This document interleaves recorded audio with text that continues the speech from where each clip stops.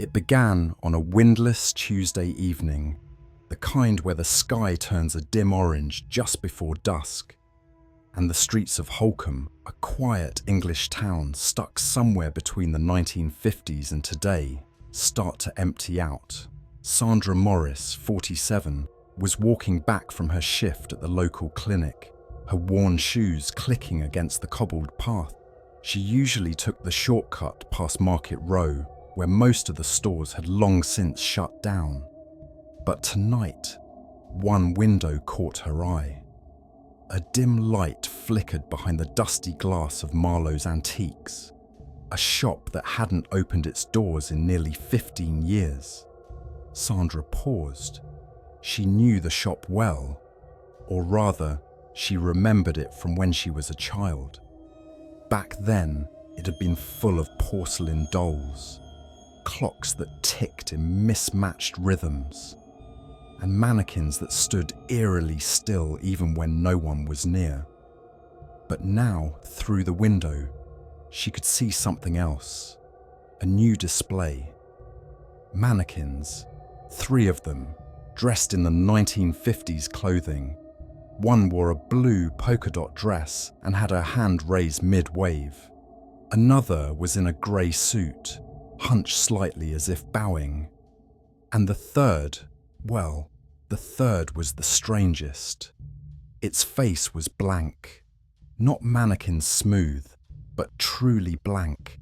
Just skin, no features, no eyes. Sandra felt a chill crawl up her spine, though the air wasn't cold. She stepped closer to the window. As she leaned in, she noticed her own reflection in the glass, faint, distorted by the grime, but then it blinked. Her reflection blinked. She gasped and jerked back, looking around to see if anyone else was nearby. The street was silent, the kind of silence that presses into your ears and makes your own breath sound loud. "No way," she muttered to herself. "It's just a trick of the light." But something tugged at her curiosity. She leaned in again, slowly, holding her breath. This time, the mannequins looked slightly different. The one in the polka dot dress had turned her hand down. The suited figure had straightened. And the faceless one, it was pressed against the glass now, as if trying to look out, or trying to get out. That night, Sandra couldn't sleep. Her dreams were filled with flickering lights and muffled voices calling her name from behind a wall of thick glass. When she awoke, it was 3:17 a.m., the kind of hour that made her stomach knot without knowing why.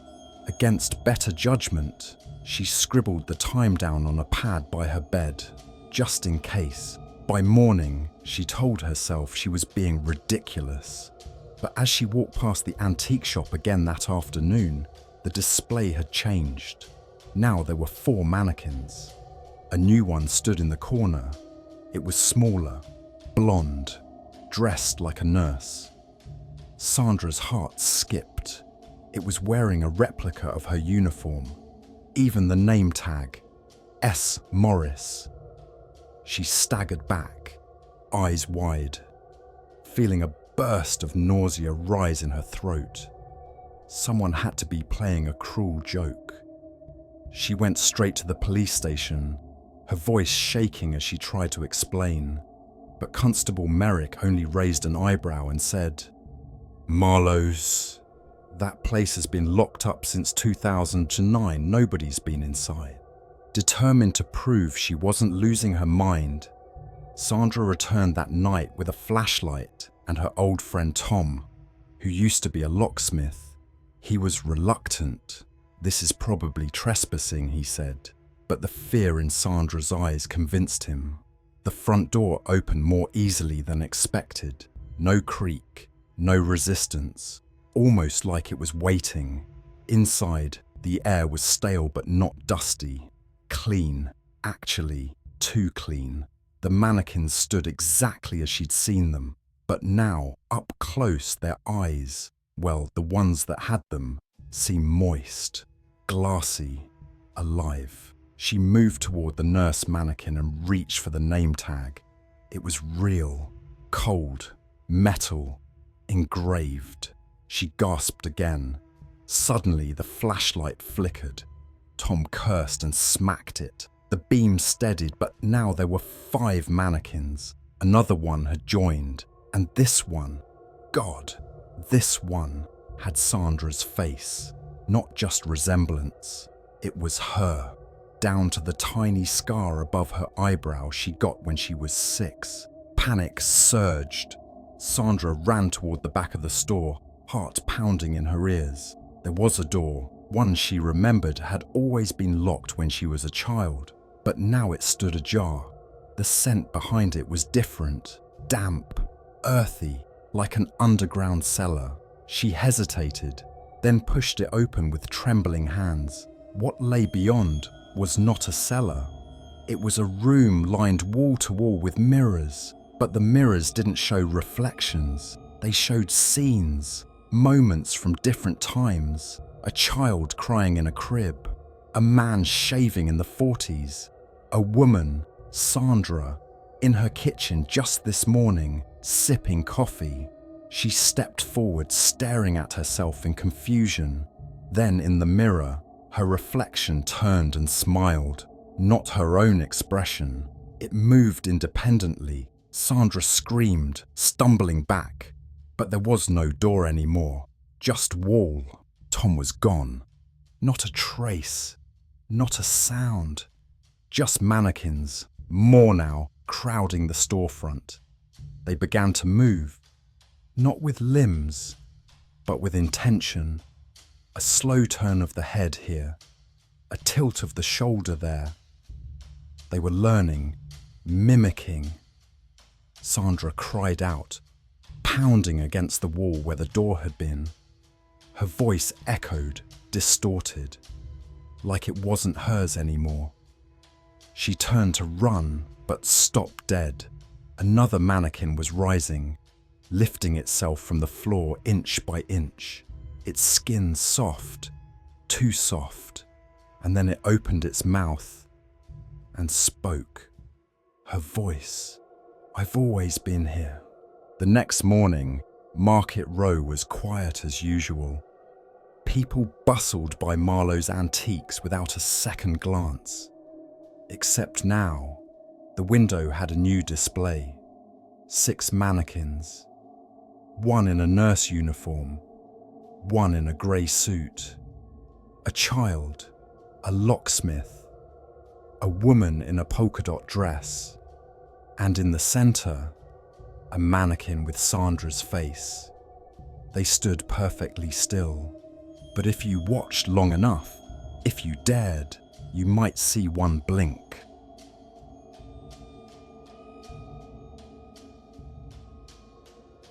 It started on a quiet Sunday morning.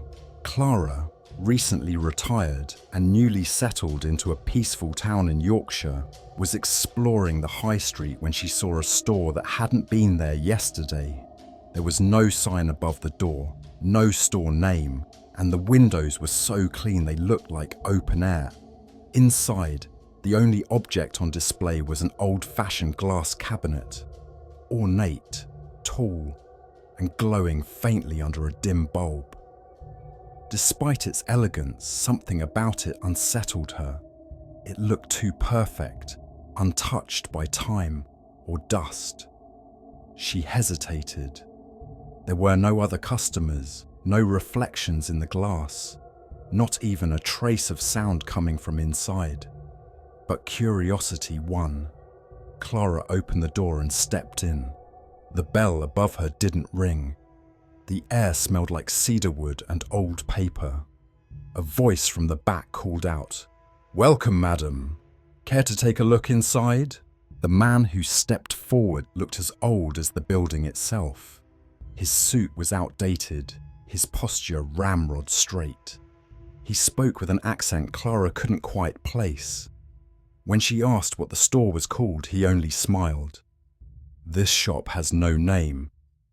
Those who are meant to find it do." The cabinet now held something new, a photo, Clara leaned closer, her breath caught in her throat. It was a portrait of herself, but younger, from decades ago. She was sure it had been taken during a summer trip to Vienna, one she had no pictures from. The image was exact, right down to the necklace she'd lost on that very trip. Her fingers trembled. "How do you have this?" The man only nodded. "The case remembers." That night, Clara couldn't sleep. Her mind kept returning to that image. How could it exist? The next morning, she returned to the store, but this time, the photograph was gone. Instead, inside the cabinet was a snow globe. She nearly gasped aloud. It was identical to one she had once gifted her late sister and had been buried with her. Inside the globe was a miniature scene. 2 girls holding hands in a winter garden. The detail was uncanny. Each day after, Clara found a new item in the case. Some were hers, things she'd long forgotten. Others she had never seen before, but they stirred deep, inexplicable emotions. A brooch that made her cry without knowing why. A music box that played a melody her mother used to hum, but only behind closed doors. The owner never asked her name, never offered anything for sale. One day, Clara pressed him. "Where do these items come from?" He responded calmly. "They are echoes, moments not lost, only misplaced. The case retrieves what people leave behind, or what they bury." That night, Clara dreamed of people she didn't know. Women and men staring into the case, some sobbing, others enraged. One woman scratched at the glass until her hands bled. Another man stood silently, his eyes hollow. The dream ended with Clara standing in front of the case herself, her reflection smiling back while her body stood still. On her next visit, the cabinet contained something new, a single white glove. She felt dizzy looking at it. She didn't recognize the item, but it pulsed with familiarity. The owner leaned in slightly. "You're close now. The case is beginning to listen." "What does it want?" Clara whispered. "It doesn't want, it trades." He explained slowly that the case gives glimpses, returns lost truths, even offers closure. But nothing is free. Those who see too much must offer something in return. A memory, a feeling, a piece of themselves. Clara began forgetting things. Her friend called to remind her of a lunch they'd planned. Clara didn't remember agreeing. Her diary showed entries she didn't recall writing. She looked in the mirror and felt like a guest in her own skin. Her house keys were found inside her refrigerator. She told herself it was age, stress, but deep down, she knew. The next time she returned to the shop, the cabinet was dark, empty. The owner gave her a look she hadn't seen before. Pity. "You've given too much. One more visit, and it will keep you." Clara turned to leave, but the door wouldn't open. She banged on the glass, shouted, but the world outside stood still. Behind her, the cabinet began to glow. She turned. Inside was her own handbag, her scarf, her locket. The entire cabinet now resembled a shadow box of her life. She stepped closer, tears streaming. "Please," she whispered, but there was no reply. Outside, the shop faded. Days later, the building was empty again. Passers-by said there'd never been a store there, just an old wall. Clara was never seen again, but in her small home, her calendar remained turned to that day, with a note in her handwriting, "Final visit." And in dreams, her friends swear they see her, behind a glass case, softly tapping, smiling as if she's waiting for someone to remember.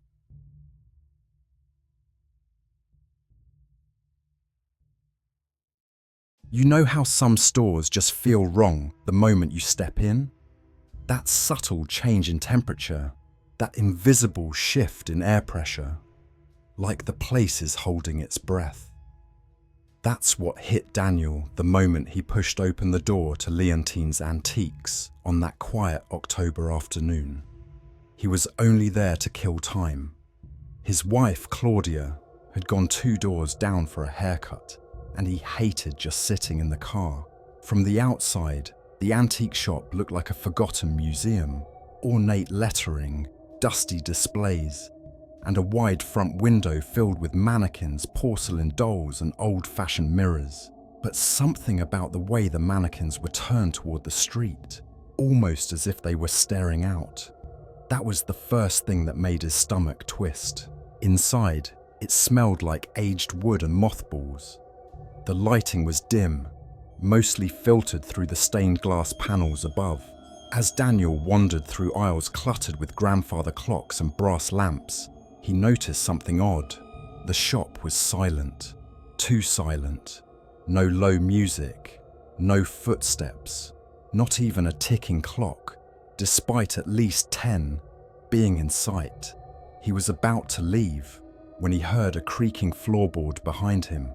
Turning around, he saw her, a tall, thin woman with pearl-white skin and hair so black it looked soaked in ink.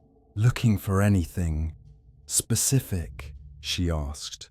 Her voice was soft but deliberate, as if each word had weight. Daniel smiled politely and shook his head. "Just browsing while I wait for my wife." She led him, almost wordlessly, to the rear section. That's where he saw it, a large wooden cabinet, more like a display case, with mirrored panels along the back. But instead of items inside it, the main feature was the window glass itself. The woman gestured toward it. "This was part of an old department store in the 40s, she explained. It said the glass was custom made. They claimed it allowed people to see what they truly desired most. Daniel laughed, a little nervously. Sounds like a sales pitch. But the woman didn't smile. It's not for sale. Something about that glass unsettled him. When he leaned closer, he noticed his own reflection, but slightly delayed. It blinked just a second after he did. He frowned and waved his hand. Again, the reflection mimicked him, but the timing was off. "Weird glitch," he muttered. The woman was gone when he turned back. Just vanished. A chill crept up his spine. "Hello?" he called out. No answer. He stepped back from the mirrored cabinet. That's when he noticed something new. His reflection was still standing there, staring at him. Daniel stumbled out of the shop, heart pounding. The sunlight felt jarring after the thick air inside. He nearly collided with Claudia, who was walking back toward the car. "You look like you saw a ghost," she said, half laughing. "That shop," he gasped. "There's something wrong with that shop." Claudia looked over at Leontine's, her brow furrowed. "Daniel, that place is closed. Look, there's a for lease sign in the window." He turned, and she was right. The windows were empty, the mannequins were gone, and there was a thick layer of dust on the glass. That night, Daniel couldn't sleep. Every time he closed his eyes, he saw that delayed reflection, that stare. Around 3 a.m., he got up and went to the bathroom. As he flicked on the light and looked into the mirror, his stomach dropped. There it was again, that slight delay, that same off-timing. Only now, it smiled. He stumbled back, knocking over a soap dish. His breath caught in his throat. But when he looked again, it was normal. "Just stress," he whispered. He didn't believe himself. The next morning, he started digging. He couldn't stop. He looked up Leontine's Antiques and found nothing current. But he did find an article from 1974. Tragedy at Leontine's. Owner found dead behind display glass. The image was grainy, but the woman looked eerily familiar. Same hair, same pale skin. The article claimed she had died standing up, eyes open, as if staring into the mirror. The cause was never officially released. The store closed down after that, but rumors persisted that her spirit remained, watching from behind the glass. A week later, Claudia confronted him. "Something's off with you lately," she said. "You're jumpy, you avoid mirrors." Daniel admitted what happened. Every mirror in the house was now behaving oddly. Sometimes the reflections didn't move right away. Sometimes they looked different. Claudia checked them herself. At first, nothing. But then, she screamed. In the hallway mirror, behind her own reflection, was a second figure. Pale, still, watching. She turned, but there was no one there. Daniel decided to go back, to prove to himself that it was all in his head. The antique shop was just a building, right? He returned to the street. No shop, just a boarded up storefront. But the door, it was slightly ajar. Against every rational thought, he stepped in. The air was thick, like walking through syrup. The cabinet was still there, covered in a sheet. He pulled it back. His reflection stared back. No delay, no smile. But then, it blinked twice even though he didn't. Then it raised its hand and pointed behind him. He spun around, nothing, but the reflection still pointed. Daniel felt something cold on his neck. Then darkness. When Claudia filed a missing persons report, the police searched the shop. It was empty, no sign of Daniel. But they noted one odd detail in the report. Behind the dusty glass of the old cabinet, someone had written in the condensation, "I can see you now."